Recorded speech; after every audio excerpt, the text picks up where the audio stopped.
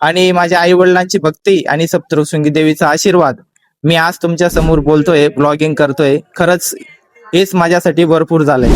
नमस्कार मित्रांनो, तर महाराष्ट्रामध्ये 3.5 शक्तिपीठ आहेत आणि त्यामध्ये आपल्या नाशिक जिल्ह्याला लाभलेलं म्हणजे सप्तशृंगी गड हे अर्ध शक्तिपीठ म्हणून ओळखलं जात आहे.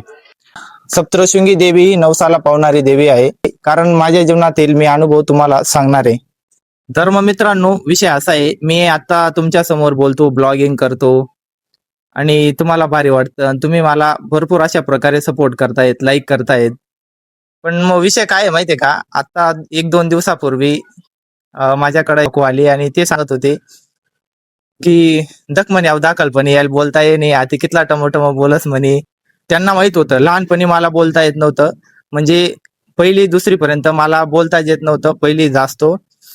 तर मग या देवीची कृपा कशी झाली माझ्यावर, तर मी तुम्हाला थोडक्यात सांगतोय. तर सप्तशृंगी देवी ही खरंच नवसाला पावणारी देवी आहे. कारण जेव्हा मला बोलता येत नव्हतं, तर मग माझ्या आई वडिलांनी पायी सप्तशृंगी देवीची वारी केली होती चैत्र महिन्यात.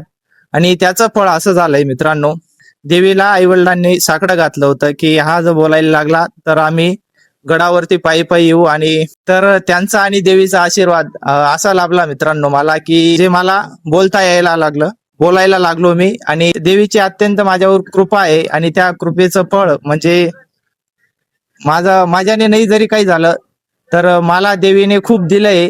ते असं दिलंय की मला बोलता येतंय, देवीने बोलायला लावलं. त्यामुळे मी खरंच या सप्तशृंगी देवीचा मी ऋणी आहे आणि माझ्यासाठी तेवढं भरपूर झालं. माझ्याने नाही काही झालं तरी देवीचा आशीर्वाद मला लाभलेला आहे. त्याच्यामुळे मी माझ्या आई वडिलांचे आणि सप्तशृंगी देवीचा मी कायम ऋणी राहील.